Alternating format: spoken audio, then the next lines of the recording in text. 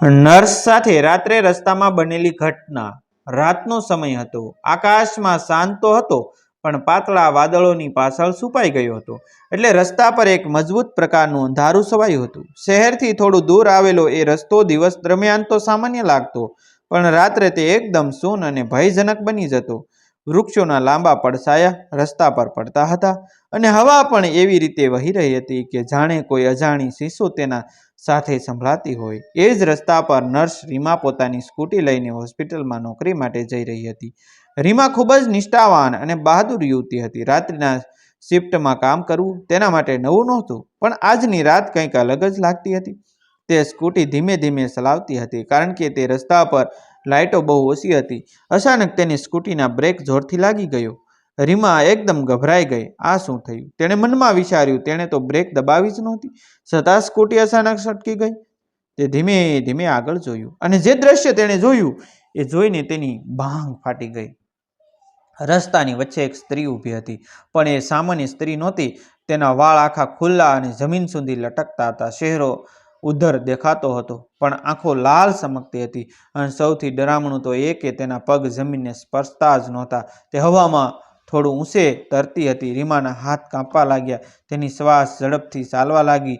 ના, શક્ય નથી, આ તો મારો ભ્રમ છે, તે પોતાને સમજાવવાનો પ્રયત્ન કરતી હતી. પણ એ દ્રશ્ય હકીકત હતું. એ સ્ત્રી ધીમે ધીમે રીમાની તરફ આગળ વધવા લાગી.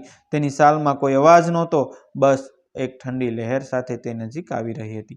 રીમાએ તરત જ સ્કૂટી ફરી સ્ટાર્ટ કરવાનો પ્રયાસ કર્યો, પણ સ્કૂટી ચાલુ જ નહોતી થતી. તે વધુ ગભરાઈ ગઈ. હાથ કાંપતા હતા, આંખોમાં આંસુ આવી ગયા હતા. એ સ્ત્રી હવે ખૂબ નજીક આવી ગઈ હતી. રીમાએ હિંમત કરીને પૂછ્યું, કેમ, કોણ છો તમે? કોઈ જવાબ ન મળ્યો. થોડી પળો પછી એ સ્ત્રીએ ધીમેથી માથું ઊંચું કર્યું, અને ચહેરો સ્પષ્ટ દેખાયો.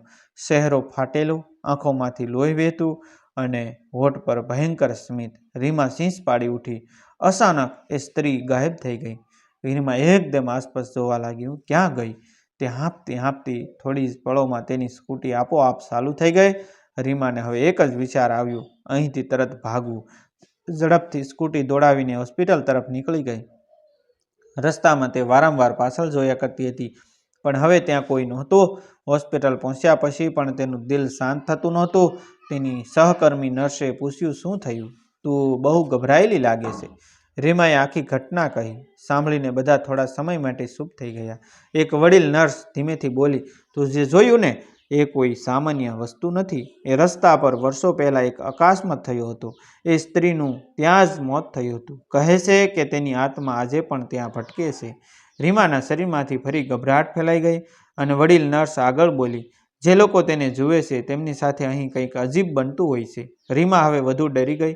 તે રાત્રે કામ તો કરતી રહી, પણ તેનું ધ્યાન ક્યાંય નહોતું. વારંવાર તેને એ જ લાલ આંખો અને ભયંકર ચહેરો યાદ આવતો હતો. રાત પૂરી થઈ, અને સવારે તે ઘરે જવા નીકળી, પણ તેની અંદર એક અજાણ્યો ભય હજુ જીવંત હતો. સવારનો પ્રકાશ ફેલાયો હતો, પણ રીમાના મનમાં રાત્રિનો અંધકાર હજુ પણ જળવાયો હતો. હોસ્પિટલમાંથી બહાર નીકળતી વખતે તેને લાગતું હતું કે કોઈ તેની પાછળ નજર રાખી રહ્યું છે. તે વારંવાર પાછળ ફરીને જોવે, પણ ત્યાં કોઈ નહોતું. છતાં અહેસાસ એટલો સચોટ હતો કે તેને અવગણવું મુશ્કેલ બની ગયું. રીમા થાકી ગઈ હતી, પણ ઊંઘ તેની આંખોમાંથી ગાયબ થઈ ગઈ હતી. તે સ્કૂટી પર ઘરે જવા નીકળી. સવારનો સમય હતો હોવાથી રસ્તા પર થોડું જીવન દેખાતું હતું, પણ જ્યારે તે એ જગ્યાએ પાસે આવી જ્યાં ગઈકાલે તે ભયંકર દ્રશ્ય જોયું હતું, ત્યારે તેની ગતિ આપોઆપ ધીમી થઈ ગઈ. તેનું હૃદય જોરથી ધબકવા લાગ્યું. કંઈ નહીં, બધું ઠીક છે, તે પોતાને સમજાવતી હતી. પણ અચાનક તેના કાનમાં એક ધીમો અવાજ સંભળાયો, રીમા. રીમાનો શ્વાસ અટકી ગયો. તે તરત સ્કૂટી રોકી, આસપાસ જોયું. રસ્તા પર કોઈ નહોતું. હવા પણ શાંત હતી, છતાં અવાજ સ્પષ્ટ હતો. કોઈએ તેનું નામ બોલાવ્યું હતું. કોણ છે? તેણે ધ્રુજતા અવાજે પૂછ્યું. કોઈ જવાબ નહીં. તે ફરી સ્કૂટી સ્ટાર્ટ કરીને આગળ વધવા લાગી. હવે તે ઝડપથી ત્યાંથી દૂર થવા માંગતી હતી, પણ જેટલી ઝડપે તે ભગવા પ્રયત્ન કરતી હતી, એટલો જ જાણ્યો ભય તેની સાથે ચાલતો રહ્યો. ઘરે પહોંચ્યા પછી તેણે દરવાજો બંધ કર્યો અને સીધી પોતાના રૂમમાં જઈને પથારી પર પડી ગઈ. શરીર થાકી ગયું હતું, પણ મનમાં શાંત નહોતું. થોડી જ વારમાં તેને ઊંઘ આવી ગઈ, અને ત્યાંથી શરૂ થયું સાચું ભયંકર સપનું. તે સપનામાં ફરી એ જ રસ્તા પર ઊભી હતી. અંધારું, ઠંડી હવા, અને ફરી એ જ સ્ત્રી. આ વખતે વધુ નજીક હતી. તેની આંખોમાંથી લોહી વહેતું હતું, અને તે સીધી રીમાને જોતી હતી. તું મને જોઈ ગઈ? એ સ્ત્રીએ પહેલી વાર બોલ્યું. તેનો અવાજ કર્કશ અને ભયંકર હતો. રીમા ડરીને પાછળ ખસવા લાગી. મને છોડો, મેં કંઈ કર્યું નથી. તે રડતી હતી, પણ એ સ્ત્રી હસવા લાગી. એક ભયંકર કાન ફાડે એવું હાસ્ય. જે મને જુએ છે તે ક્યારેય બસી શકતો નથી. એ શબ્દ સાંભળતા જ રીમા શીશ પાડી ઉઠી અને અચાનક તેની ઊંઘ તૂટી ગઈ. તે પસીનાથી તરબર થઈ ગઈ. શ્વાસ ઝડપથી ચાલી રહ્યો હતો. તેણે તરત જ લાઇટ ચાલુ કરી. રૂમમાં કોઈ નહોતું. આ બધું સપનું હતું. તેણે ઊંડો શ્વાસ લઈને કહ્યું. પણ એ જ સમયે તેના રૂમનો દરવાજો ધીમો ધીમો કરકાટ સાથે ખુલી ગયો. રીમા સ્થિર થઈ ગઈ. મેં તો દરવાજો અંદરથી બંધ કર્યો હતો. તેના મનમાં વિચાર આવ્યો. દરવાજા પાછળથી અંધારું જ દેખાતું હતું. અને પછી એ જ અવાજ ફરી સંભળાયો. રીમા આવે તો રીમાનો ભય સમસીમાએ પહોંચ્યો હતો. તે પથારી પરથી ઉઠી અને પાછળ ખસવા લાગી. તેની આંખો દરવાજા પર જ અટકી ગઈ હતી. અંધારામાંથી ધીમે ધીમે એક આકાર બહાર આવવા લાગ્યો. એ જ સ્ત્રી હવે તે રીમાના રૂમમાં ઊભી હતી. તેના ચહેરા પર એ જ ભયંકર સ્મિત, આંખોમાં લાલ આગ અને વાળ આખા ફેલાયેલા. રીમા હવે પૂરેપૂરી રીતે તૂટી ગઈ. મને છોડો, કૃપા કરીને. તે રડી પડી. એ સ્ત્રી ધીમે ધીમે આગળ વધવા લાગી. તું મને જોઈ ગઈ છે, હવે તું મારી છે.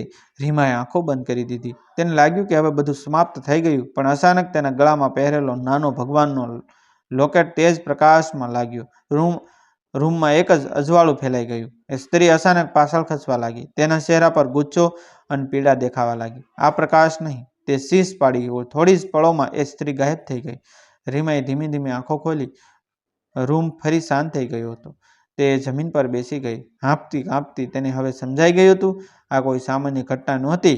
આ આત્મા તેને છોડાવવાની નથી, અને કદાચ આ તો શરૂઆત જ હતી. રીમાએ મનમાં નક્કી કર્યું, તે આ રહસ્યને પૂરેપૂરું જાણશે. એ સ્ત્રી કોણ હતી, તેનું મોત કેમ થયું, અને તે રીમાને કેમ પીછો કરી રહી છે. કારણ કે હવે એક જ રસ્તો હતો, ભયમાંથી ભાગવાનો નહીં, પણ તેનો સામનો કરવાનો. અને કદાચ એ જ તેના જીવનની સૌથી મોટી લડાઈ બનવાની હતી. મિત્રો, આવા જ વિડીયો જોવા માટે અમારી ચેનલ સાથે બન્યા રહીશું. Thank you.